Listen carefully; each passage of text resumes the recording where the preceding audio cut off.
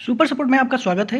दोस्तों, आज हम जूनियर असिस्टेंट के टाइपिंग से संबंधित बहुत महत्वपूर्ण जानकारी जानेंगे।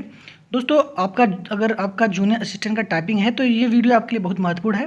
दोस्तों, कई बच्चों ने मुझसे जूनियर असिस्टेंट से संबंधित कई क्वेश्चन पूछा है, उससे संबंधित मैंने क्वेश्चन बनाया है और कुछ महत्वपूर्ण बातें भी हैं जो मैं आपको बताऊँगा कि टाइपिंग एग्जाम हॉल में आपको किस बातों का ध्यान रखना चाहिए और उससे संबंधित सही कई इंपॉर्टेंट बातें आपको मैं बताऊंगा।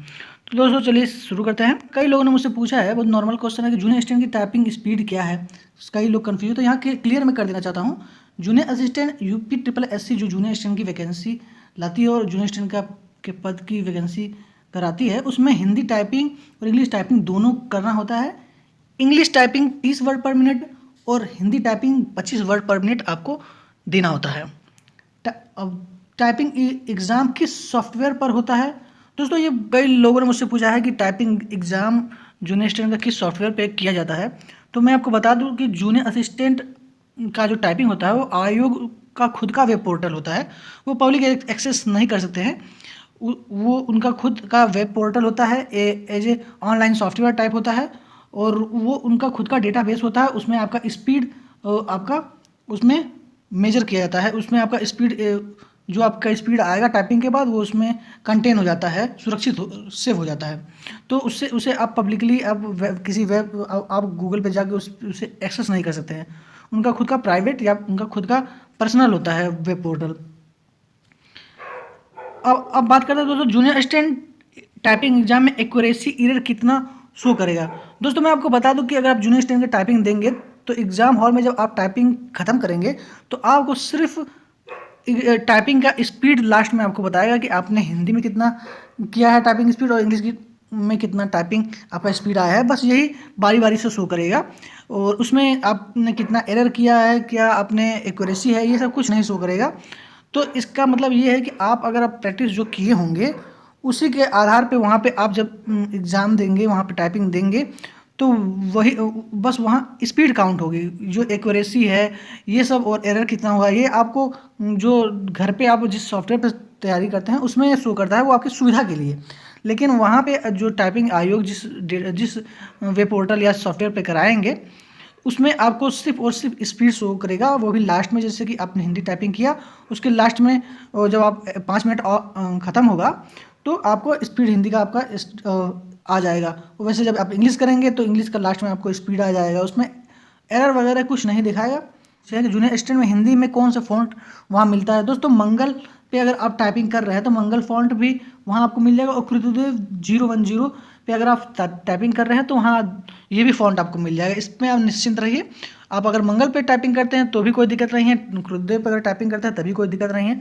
आपको जिसमें सुविधा महसूस होता है उस पर आप टाइपिंग का प्रैक्टिस करिए, आपको दोनों फॉन्ट वहाँ पे टाइपिंग करने को मिलेगा। अब किसी ने दोस्तों मुझसे पूछा था कि बहुत बच्चों ने दोस्तों ये क्वेश्चन पूछा है कि जूनियर असिस्टेंट टाइपिंग में एग्जाम में जब आप टाइपिंग कर रहे हैं तो उसमें बैक स्पेस यूज होता है कि नहीं। दोस्तों, ये बहुत ही महत्वपूर्ण क्वेश्चन है क्योंकि लिए बैक स्पेस अधिकतर बच्चे बैक स्पेस यूज करते हैं। तो कहने का मतलब ये है कि अगर आप बैक स्पेस यूज ज़्यादा करते हैं तो इसमें आपकी एक्यूरेसी और स्पीड में आपको दिक्कत आती है। कहने का मतलब है कि बार बार बैक स्पेस यूज करेंगे तो आपको स्पीड आपका कम हो जाता है। इसलिए इस बैक स्पेस का यूज थोड़ा कम करिए और वहाँ पे बैक स्पेस का यूज कर सकते हैं। ये और जैसा कि एक वर्ड अगर कोई आपने ABC माना कि एक वर्ड यूज़ किया, फिर बस CAB माना आपने टाइप किया, तो मान लीजिए आपको यहाँ पे ABC वर्ड नहीं यूज करना था, कुछ और वर्ड यूज करना था और यहाँ पे आप आ गए हैं तो इसको आप बैक करके इसको कट करके फिर इसे भी कट कर सकते हैं। तो कहने का मतलब ये है कि एक दो वर्ड के आगे अगर आप पहुँच गए हैं और पता चलता है कि आपका पिछला वर्ड कुछ गलत हो गया तो उसको बैक करके आप काट सकते हैं। ये जब मैं था तो उसमें ये मैंने किया था, लेकिन अगर हो सकता है अगले चरण में आपकी जो टाइपिंग हो उसमें ऐसा हो सकता है न प्राविधान हो। तो आप कहने का मतलब ये है कि आप बैक स्पेस अच्छा नहीं माना जाता है और इसलिए आप बैक स्पेस का यूज अभी से ही प्रैक्टिस में कम कर दीजिए और अगर बैक स्पेस यूज होने की बात है तो वहाँ बैक स्पेस का यूज आप कर सकते हैं। जूनियर असिस्टेंट टाइपिंग कैसे करें इसमें दोस्तों ये जूनियर स्टैंड, कई बच्चे पूछते हैं जूनियर स्टैंड की टाइपिंग हम कैसे करें। तो दोस्तों उसके लिए मैंने कई वीडियो में आपको बता दिया, बनाया है, कई वीडियो मैंने बनाया है, उसे आप जाके देख लीजिए, बहुत ही अच्छी तरीके से मैंने बताया है, वो आपके लिए काफ़ी हेल्पफुल होगा। सिंपली मैं अगर संक्षिप्त में मैं बताना चाहूँ तो संक्षिप्त में आपको जूनियर स्टैंड का टाइपिंग कैसे करें, संक्षिप्त में ये है कि दोस्तों आप घर पे जब सिस्टम में प्रैक्टिस करते हैं तो पहले एम एस वर्ड पे आप हिंदी और इंग्लिश का टाइपिंग प्रैक्टिस कीजिए। जैसे कि वहाँ पे जूनियर स्टैंड टाइपिंग में हिंदी में 5 मिनट आपको देना है और इंग्लिश में आपको 5 मिनट वहाँ पे टाइपिंग होगा। तो इसके लिए आपको वैसे ही प्रिपरेशन करनी होगी। आप क्या करिए, 10 MS वर्ड पे जब हिंदी टाइपिंग स्टार्ट करें तो 10 मिनट अपने मोबाइल में सेट कर ले टाइमर, और फिर उसके बाद हिंदी टाइपिंग शुरू कर दे, और फिर उसके बाद इंग्लिश टाइपिंग का मटेरियल लाइए, और फिर उसके बाद मोबाइल पे 10 मिनट का टाइमिंग सेट करके 10 मिनट का टाइमिंग सेट के इंग्लिश टाइपिंग करिए। तो इससे ये होगा कि आप जो वहाँ पे प्रैक्टिस करेंगे 5 मिनट का जब आपको मिलेगा तो आप 10 मिनट पे आप प्रैक्टिस किए हिंदी इंग्लिश, तो वहाँ पे जब 5-5 मिनट देंगे तो वहाँ पे आपके लिए बहुत ही सुविधा, बहुत ही आसान लगेगा। और अगर आप घर से ही 5-5 मिनट पे प्रैक्टिस करके जाएंगे तो वहाँ आपको वही 5 मिनट कठिन लगेगा। तो इसका मेरे कहने का बस मतलब ये है कि आप हिंदी और इंग्लिश की टाइपिंग का जब प्रैक्टिस करें तो MS वर्ड पे ज़रूर करें।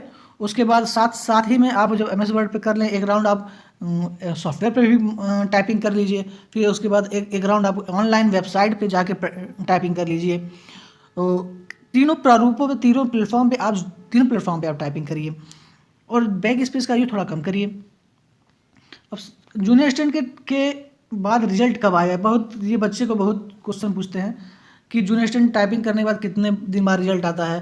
तो दोस्तों वैसे तो 1 महीने के अंदर रिजल्ट आ जाता है, लेकिन अभी इस वैकेंसी में या कुछ वैकेंसी में UP SSC का जो रवैया रहा है, बहुत ही धीमी गति से रवैया रहा है, और इस पर हम क्लियर तो नहीं कर सकते हैं कि महीने में रिजल्ट आ ही जाएगा टाइपिंग का, लेकिन 1 महीने के अंदर आ जाना चाहिए।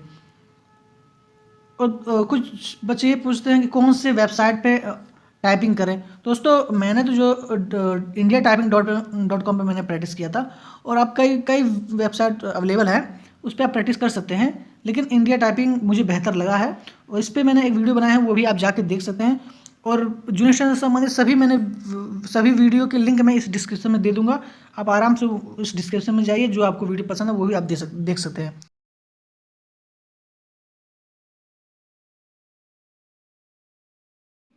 दोस्तों जब आप एग्ज़ाम हॉल में जाएंगे टाइपिंग करने के लिए, तो वहाँ आपको एक रूम रहेगा, उसमें सबके लिए अलग अलग सिस्टम रहेगा, सबके और सब आपको अलग अलग आपको सिस्टम अलॉट होगा, और वहाँ पे एक टेक्नीशियन आएगा, वहाँ पे आपको सिस्टम ओपन कर देगा, फिर उसमें आपका रजिस्ट्रेशन नंबर वगैरह डालेगा, फिर उसके बाद पहले आपका इंग्लिश टाइपिंग स्टार्ट होगा। फिर इंग्लिश टाइपिंग 5 मिनट करने के बाद उस जो सॉफ्टवेयर होगा या वेब पोर्टल होगा, उस पर जब आप टाइपिंग 5 मिनट देंगे, फिर उसके बाद टाइपिंग ख़त्म करने के बाद उसमें आपका स्पीड शो कर देगा कि कितना स्पीड आपने इंग्लिश टाइपिंग में किया है। फिर उसके बाद 1-2 मिनट बाद आपका नेक्स्ट करने के बाद तुरंत हिंदी टाइपिंग आपका आ जाएगा, उसे भी आपको 5 मिनट करना है। फिर उसके बाद आप 5 मिनट आप उसको टाइपिंग करेंगे, मंगल या गुरुदेव जो आपका फॉन्ट होगा जिसमें आप चाहते हैं टाइपिंग करना, उसमें 5 मिनट करेंगे। फिर उसके बाद आपका इंग्लिश टाइपिंग हिंदी टाइपिंग का स्पीड शो कर देगा। फिर जब आप बस 10 मिनट का एग्जाम होता है। दोस्तों अगर कोई भी जानकारी आपको जूनियर असिस्टेंट के टाइपिंग से संबंधित हो तो प्लीज़ ज़रूर पूछिए। और जिन बच्चों का नंबर कम है और वो टाइपिंग एग्ज़ाम उन्हें देना है, और वो नंबर कम होने की वजह से थोड़ा सा होपलेस हैं और कमेंट कर रहे हैं कि मैं टाइपिंग दूँ या ना दूँ, तो आप बेशक जाके आप टाइपिंग ज़रूर दीजिए, और आप मेरिट में आएँ या ना आए वो अलग बात है। आपका पहला कर्तव्य है कि आप टाइपिंग अच्छे से मन से दीजिए और उसको क्वालिफाई करिए। आगे हो सकता है कि आपका सिलेक्शन हो ही जाए, और इसलिए आप होपलेस मत होइए। अगर आपको टाइपिंग मिला है देने के लिए तो आप जाइए, इस वैकेंसी को लास्ट तक आप करिए, आपका नंबर कुछ भी हो। तो प्लीज़ दोस्तों अगर वीडियो पसंद आए तो प्लीज़ लाइक करें और चैनल को जरूर सब्सक्राइब करें। थैंक यू, धन्यवाद, वंदे मातरम।